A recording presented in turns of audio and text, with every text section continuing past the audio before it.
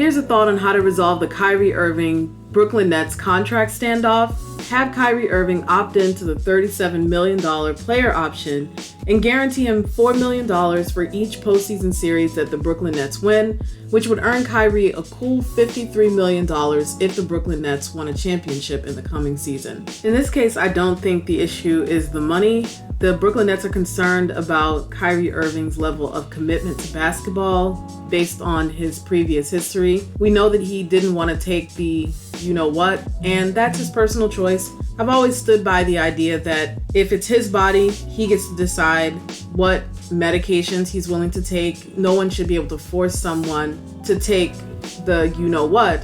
But that had a significant impact on the Nets season, and while that shouldn't be an issue in the coming season, there are other red flags with Kyrie based on things that he has done previously and things that he's said. Kyrie Irving is not a bad guy. He is a unique person who some people struggle to understand, including myself at times. But ultimately, if you're asking an organization or a company to commit to you to the tune of over $250 million, you have to demonstrate, or you have to have demonstrated, that you are worthy of that level of an investment, because there are consequences, long-term consequences, for any team that commits to a player to the tune of over $250 million. Sometimes it works out perfectly. If you look at Stephen Curry, for example, or Giannis Antetokounmpo, and I don't believe their deals are worth as much as Kyrie's would be worth, but ultimately the level of commitment is comparable.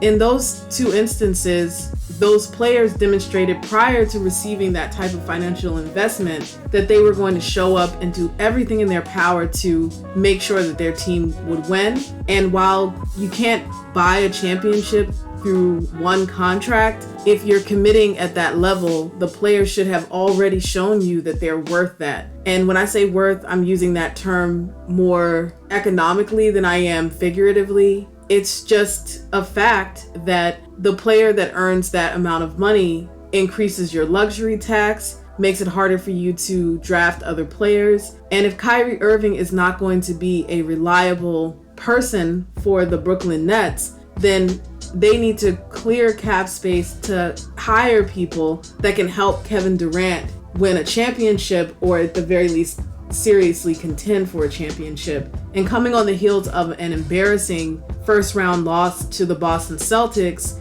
it makes perfect sense that the Brooklyn Nets would be proceeding with caution as it pertains to Kyrie Irving, because it's arguable that if Kyrie Irving had took the you-know-what and was more of a team player in that regard, that Harden would not have left, and that they would have done better in the regular season, which would have put them in a better position in the postseason.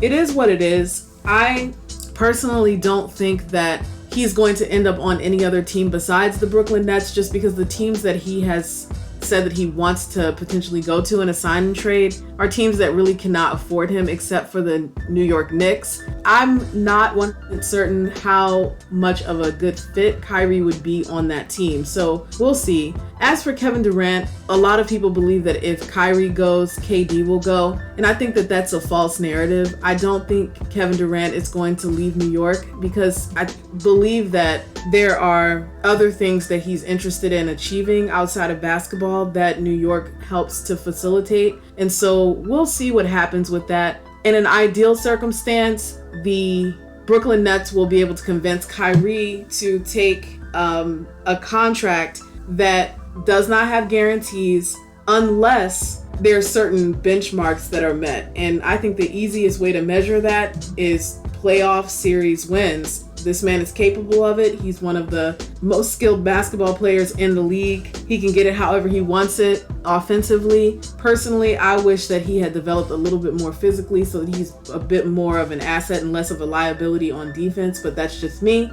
But I will be watching this like everyone else. I'm curious to know your thoughts. Please leave your comments in the comments section. Do you think that Kyrie Irving will end up with the Nets when it's all said and done, like I do? Or do you believe that he will end up being traded to another team? And do you think that team will be the Lakers or some other team? Thank you guys so much for supporting the channel. Don't forget to hit that notification bell, subscribe to the channel, comment whether you agree with me or not, and I'm out.